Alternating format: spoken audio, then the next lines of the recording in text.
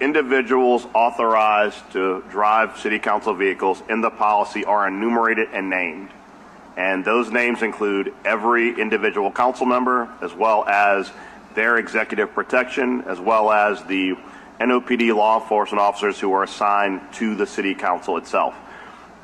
I do appreciate that there was a disconnect between policy and the insurance policy, but in talking to the vast majority of our colleagues, they all agreed that when looking at different uses of city vehicles and insurance liability and exposure, it is always best to err on the side of a policy that is more restrictive, not less restrictive.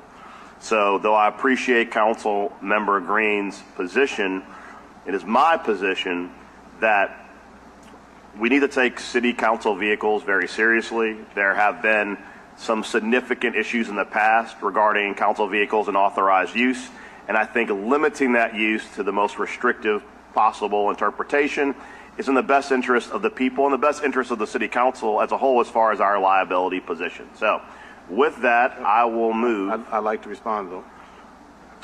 Sure. Go ahead, Mr. Green. Instead of cutting off staff access, in my opinion, we should allow authorized staff to drive when designated in writing by the city council members. If you would be willing to accept it, council member. I will not accept it. Well, that's fine, but I mean, you asked me that. I'm just making a comment. I didn't say that I want. Look, I know how to write up an amendment, and I have chosen not to write up an amendment. At the end of the day, I'm asking council members to allow the policy to stay in place. And let's keep in mind that no matter what is put on the internet, at the end of the day, we have a council policy in writing that says authorized members of the council staff. That is in writing. It doesn't say that it has to be any particular person. That is the writing. I'm sorry that we didn't change the policy, but if anyone knew that they had an issue with insurance, for example, then we should have changed that a long time ago. If we're going to change it now, that's fine. Let's vote on it. But there is nothing that has ever been in place under this council that restricts this language other than authorized members of the council's staff. And it's very specific relative to staff. All right.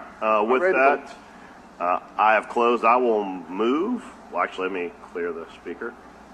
I don't know if the machines are working today. I'll move to report this motion favorably. Can I get a second? Second by Councilmember Harris.